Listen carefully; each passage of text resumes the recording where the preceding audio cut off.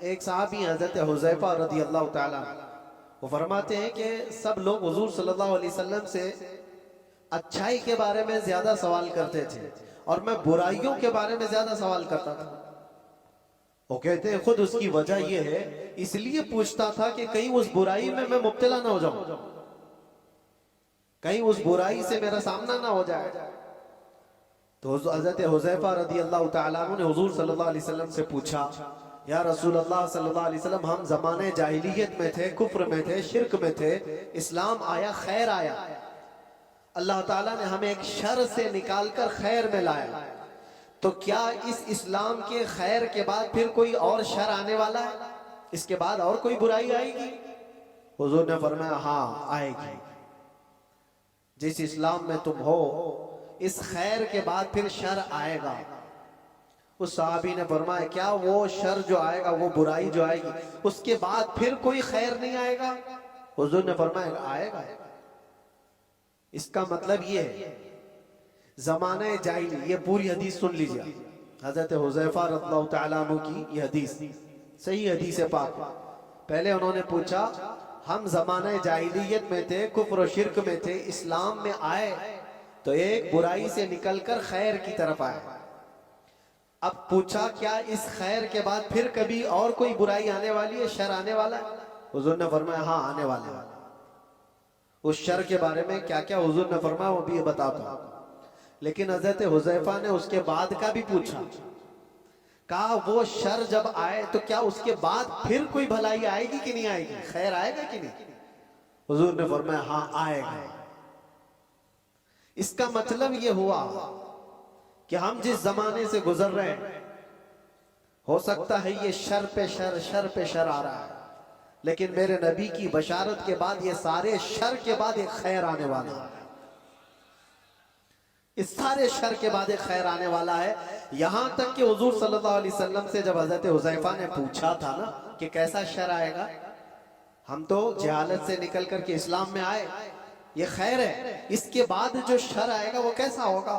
حضور نے فرمایا گا وہ ایسا ہوگا کہ لوگ مسلمان کہلانے کو بھی جھجکتے ہوں گے، اور کچھ لوگ اس کو مسلمان کو ایسا دیکھیں گے جیسے کسی چور کو یا زانی کو دیکھا جاتا ہے. وہ زمانہ آئے گا، وہ شر کا زمانہ ہے.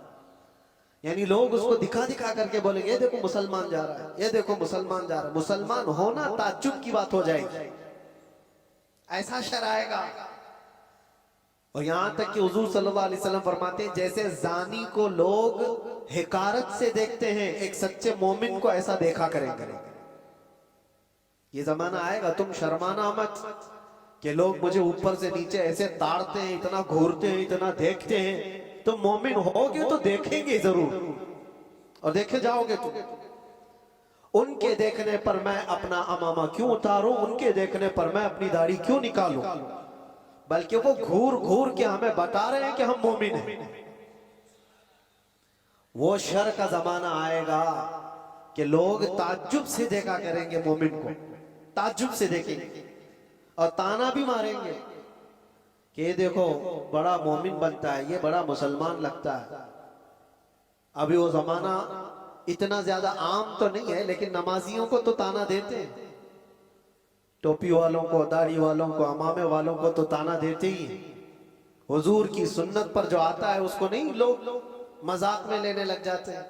یاد رکھنا کفار و مشرکین جو مذاق کر رہے ہیں وہ تو جہنم میں جائیں گے، لیکن کوئی مسلمان اگر حضور کی سنتوں کا مذاق کرے گا تو دائرہ اسلام سے خارج ہو گئے، اس نے کفر کیا ہے. حضور پاک صلی اللہ تعالیٰ علیہ وسلم کی سنت کو ہلکا جاننا کفر ہے. اب سنو، اتنا ہی نہیں، اس شر کے بارے میں حضرت حذیفہ نے جو پوچھا تھا، یہ خیر کے بعد جو شر آئے گا، برائی آئے گی، وہ کیا کیا ہوگی؟ حضور نے فرمایا ایسا ہوگا کہ ہتھیلی پر انگارہ لے کر کھڑا ہونا آسان ہوگا، مسلمان بن کر کے رہنا اور مشکل. مفہوم حدیث بتا رہا، ایمان پر قائم رہنا اتنا مشکل ہو جائے گا، ہتھیلی پہ جیسے انگارہ لے کر کھڑا ہونا مشکل ہے. ایسا ہی ہے آج. امانت کے ساتھ برقرار رہنا نظروں کی حفاظت کے ساتھ قائم رہ جانا، حضور کی سچی محبت، عقیدت اور ان کی الفت کے ساتھ اس زمانے میں جی لینا اپنے ہتھیلی پہ انگارہ رکھنے سے کم نہیں ہے۔ یہ کم نہیں ہے میرے عزیزوں، بڑی آزمائشیں ہوتی ہیں۔ لوگ نعرے لگا کر کے سمجھتے ہیں کہ آسان ہے۔ ہاں، شاعر نے یہ کہا تھا، یہ شہادت گہے الفت میں ہے قدم رکھنا۔ لوگ آسان سمجھتے ہیں مسلمان ہونا، قدم قدم پر شہادتیں، قربانیاں ہیں۔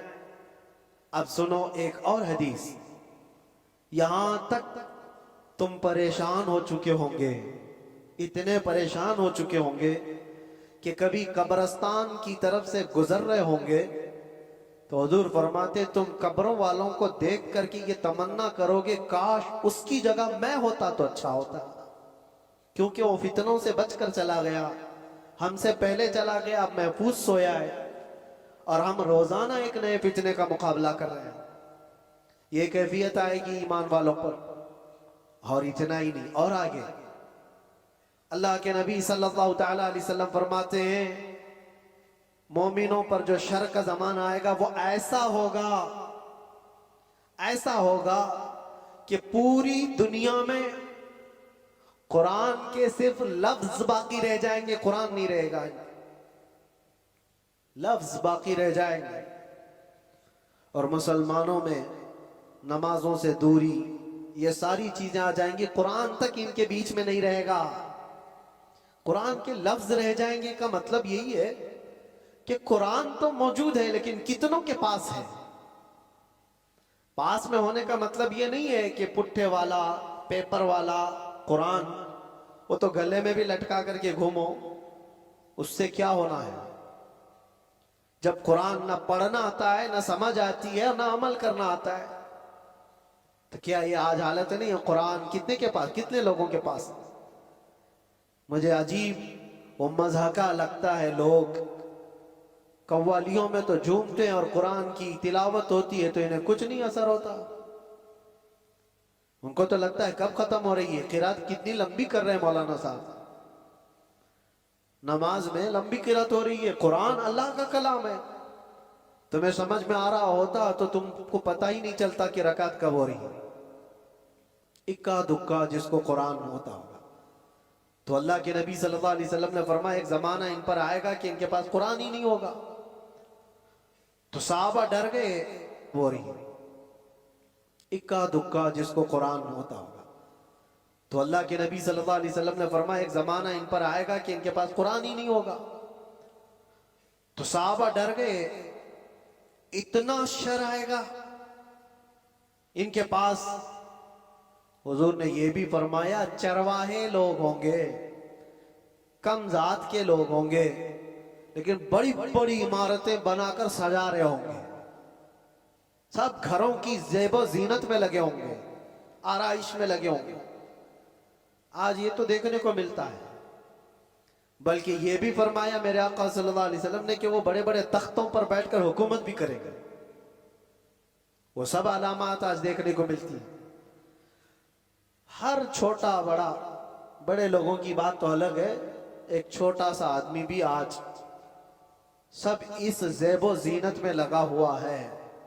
مسجدیں سجا دی جائیں گی اور اس میں نمازی نہیں رہیں گے، سب مسجدیں ماربل کی ہیں، سب مسجدوں میں قالین ہے، تقریباً مسجدوں میں اے سی ہے، سب آرام دہ چیزیں سب، لیکن سجدہ کرنے والوں کے لیے مسجدیں ڈھونڈ رہی ہیں، نہیں ہے۔ یہ وہ زمانہ آئے گا، نبی پاک نے جب یہ فرمایا تو صحابہ کرام رضوان اللہ تعالی علیہ مجمعین جو سوال کر رہے تھے، اب ظاہر سی بات ہے، اب میں نے اتنی علامتیں جو بتائی، ڈر اور خوف لگ رہا ہے کہ نہیں لگ رہا ہے؟ ڈر اور خوف ہے کہ نہیں؟ کہ ایسا زمانہ آئے گا کہ لوگ ہم کو مومن ہونے پر تانا دیں گے؟ اور اتنا ہی نہیں، حضور نے یہ بھی فرمایا قتل عام بڑھ جائے گا، حرج بڑھے گا، لالچ کی بنیاد پر 100 لوگ ہوں گے تو 99 قتل ہو جائیں گے، ایک بچ جائے گا، اتنے زیادہ قتل عام، موتیں زیادہ ہونے لگ جائیں گی۔ اب یہ سب تھا جو شر کا زمانہ ہے،